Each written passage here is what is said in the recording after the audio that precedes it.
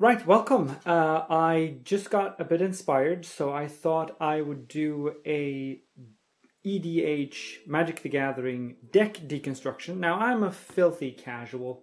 I don't play competitively, I don't care about formats. I just play to have fun, which is a radical notion in some Magic circles, but here we go anyway.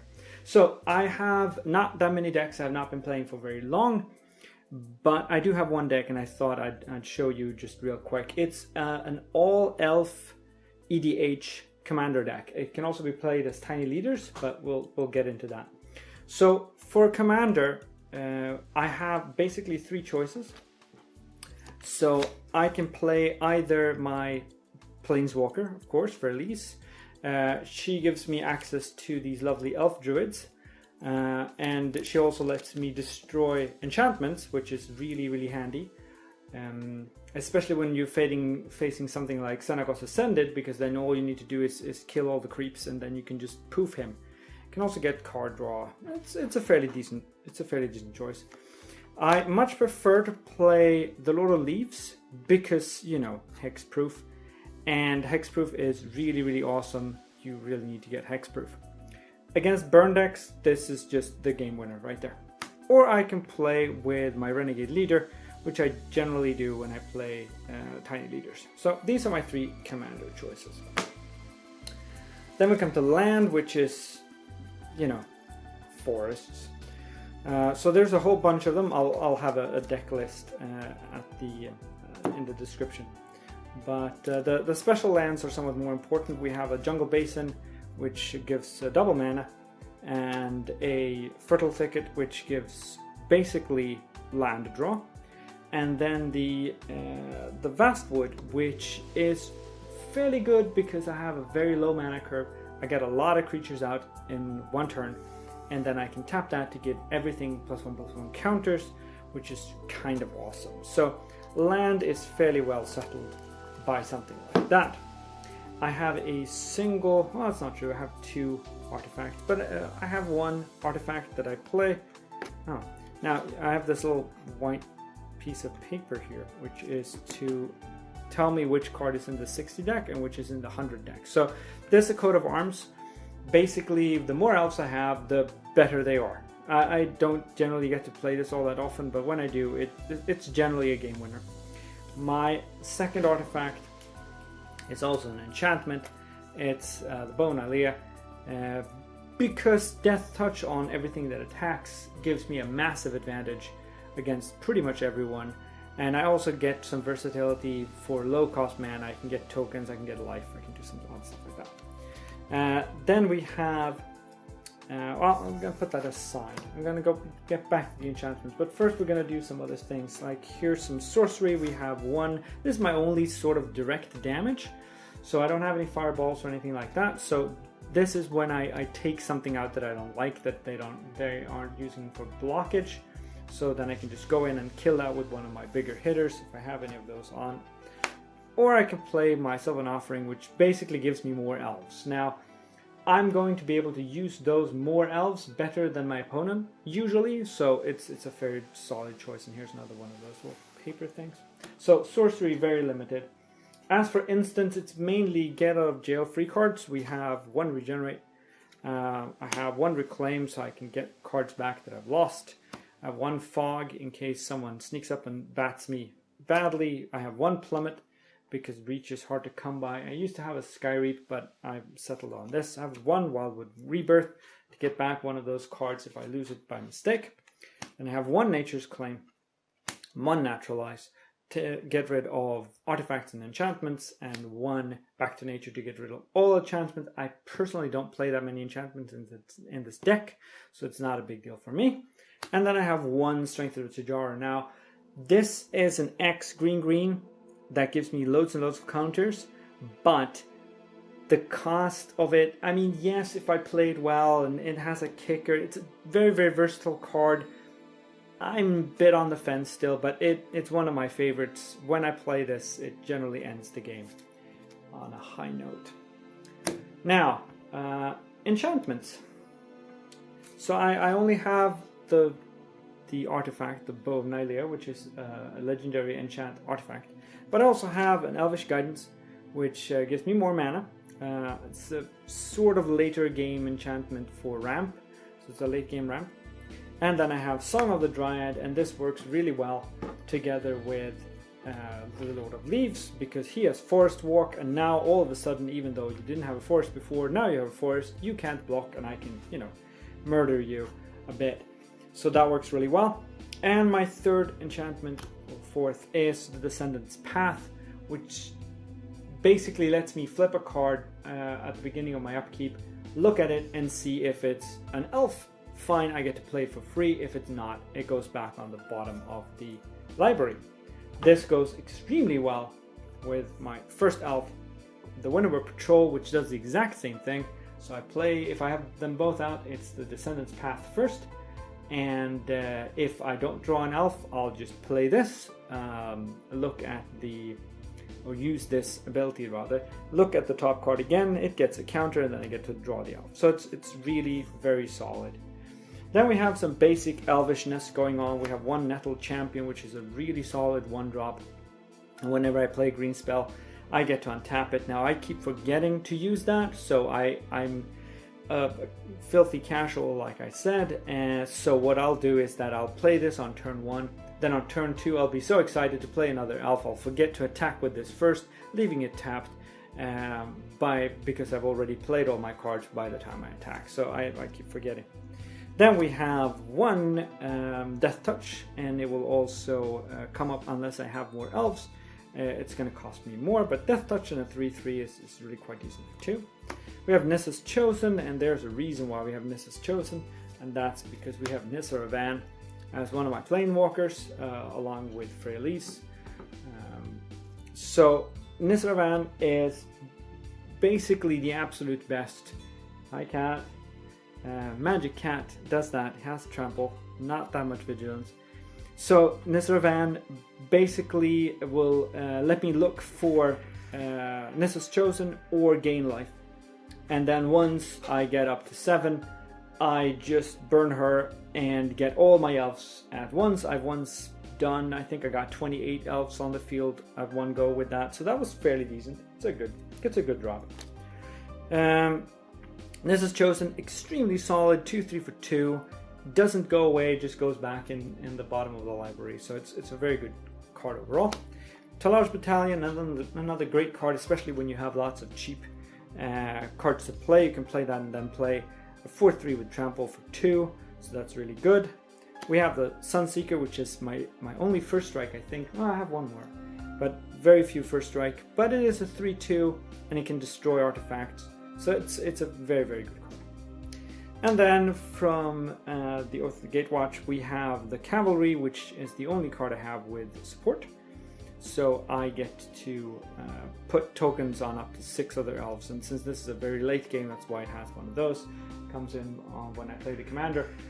I get to give counters to a lot of other cards, which is really very good. Now, ramp, I have some of that. I don't really need it. This is a cheap deck, but I wanted to get started fast. So we have one Elvish Mystic and one Lalavar Elves, which is just solid 1-drops, gives me 1 mana on the next turn. Then we have the Priest of Titania, which is, you know, add 1 for each elf, and she's an elf, so she's at least 1, but usually more. Then we have Fellows. He's banned most everywhere, but he gives me extra mana for every forest, and I have lots of forests. And then we have the Archdruid, which is another 1 for each elf, and it also gives all elves +1/+1. And finally we have 1 land draw, so I can fish for more forests if I need it. Now it's a 3 cost to draw 1 forest, so it's not really that good, but it's good enough, so I'm keeping that around. Then we get to my oracles. I have 2 of those. I have this beauty, which lets me play lands if they're on top. It also lets me look around, especially works really well with Descendant's Path and Winterward Patrol, because, you know, I get to see if there's an elf coming up. And then we have the Moldoya Channelers, which will just look at the top card, play with it open. I don't have a problem with that. And if it's a creature, it gets plus. If it's a land, then it's gonna tap to gain mana. So it's a really solid one. I really like these 2 cards. Then we get to some boosters. we have one Elvish Vanguard. Whenever another elf comes into battle, it gets +1/+1, and then Titania's Chosen, which is whenever there's another green spell, doesn't have to be elf, could be one of the sorceries, for instance, it gets +1/+1. And it's, a player or a elf. It's not, it's not my elves or my green spell. So these are really good. They turn very powerful very quickly. Then we have some general boosters. We have an Elvish Champion to get +1/+1 in Forest Walk. Again, I can make forests out of you. So then we have the Timberwatch Elf, which taps to give counters based on the number of elves that I have. No, it's not counters, it's plus XX. But if I have 10 elves, something's going to get +10/+10, and that's going to be bad for you. This, on the other hand, gives those counters. It's the Immaculate Magister. Really very solid for 4. Another one for 4 is that whenever I play as an elf, then I get a +1/+1 counter that I can put on target creature. And then we have the Gildleaf Dane. Another +1/+1 with reach and also limited life gain. This could be a possible commander, but I don't use her as commander because she's a bit too costly for me. Flash, useful, but I generally don't play with that much mana open. But it's a nice card. And finally, another potential commander. It's Kaisa, who is an elf, even though it just says Summon Legend on her. But just +1/+1 all greens. So that works really well. Then we have some token spreaders. We have Dwyman's Elite, we have the Imperious Perfect, and we have the Lysalana Huntmaster, and these of course produce the Elf Warriors, so I can get a lot of those. I've had 30 or something on the field at once, which is kind of good when you have something like Kaisa and you have something like this, because then they're all 3/3s and it's just a general mess. Well, if you have her, then it's a 4/4. So it's generally a good scene. This just gets a free one. This whenever you cast another spell, and this of course you have to pay for to get another token. But these you can just litter the field with if you want. Then we have some life gain. I only play with 2 of those. I have one Well-Wisher. It's a fairly decent card. You just happen to get as much as you have elves, and I can have a lot of elves. And then we have whenever another creature, so I just get a bit of life. Then of course the bow will give me some life too if I wanted to. Then we have some weird cards. We have one of these. I don't really know why I play this anymore. My mana curve is so low that if I want another elf, I'll just pay for it. But this lets me basically play an elf for free. It's not a very expensive elf. I mean, even this, it will pay for itself very, very quickly, even though it's a 1/1 for 4. But it's a very good card. I like it, so I play with it. And then we have 3 XX Elves that I like to play. One of them is the Heedless One, which has Trample and Power and Toughness equal to the number of Elves that I have. Droves of Elves is the same, but Hexproof. And the Jagged Scar Archers, they are the same, but they also have an ability to tap to inflict their power damage onto a flying creature, so it's another one of my reach abilities. I've had troubles with people playing lots of dragons and sphinxes and things, so then that comes in really handy. Then we have some assorted. We have 1 Reclamation Sage, just more to get rid of artifacts or enchantments. And we have 1 Masked Admirers, which is a basic card draw. It's a 3/2 for 4, and you can also get it back, so it's not a bad card. Then we have some archers. Now, why would I have archers? Well, I have some archers here. This is a reach, gets +3/+0 if it blocks a flyer. We have a 1/1 for 1, which can tap to take down small flyers or weaken them. We have a Scattershot Archer, which inflicts 1 to each creature with flying. I have no flying, so it's no damage to me. Then we have my other First Strike. It's a 2/1 for 2. Then we have a Death Touch with reach. And why do I have so many archers? Well, there's a very simple. Because first of all, I like archers. It fits well with the Elvish theme. I have the Bow of Nylea, which is of course just fits with the theme. It, very narratively speaking, it just fits. But the greatest upshot of this is of course the Great Bow, which gives all other archers +1/+1. And whenever an archer deals damage to a creature, I also deal that much damage to the controller. So if these are boosted, then I do a lot of damage. And with my Jagged Scar archers, who are also archers, then I can tap to deal power damage, which is equal to the number of elves in play, to a flying creature. 8 or 10 damage will also spill over onto the controller, and it's a bad day for everyone except for me. So that's a good trade. Finally, we have some weird cards, which I just like to play, even though they might not be terrifically good. We have one ramp, which is the Gyre Sage, and this has Evolve. It's the only card I have with Evolve in this deck. And it ramps and it becomes a heavy hitter after a while. I really enjoy playing it.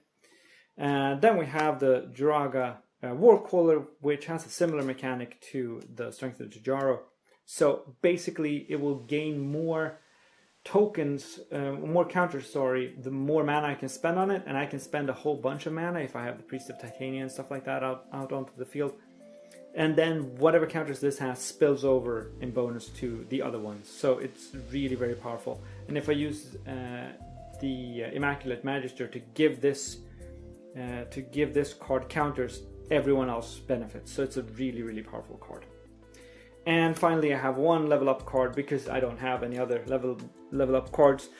It's just a small elf for 1. It's a 1/1 for 1, and then I can level it and eventually become a 1/4. But then all elves will gain mana. Now, if I have a lot of these warriors, for instance, and all of these will be tappable for 2 mana, then if I have 10 of them, that's 20 mana that I can invest in this or this. That's an instant win condition. Just roll over my opponent. So that's my EDH elf deck.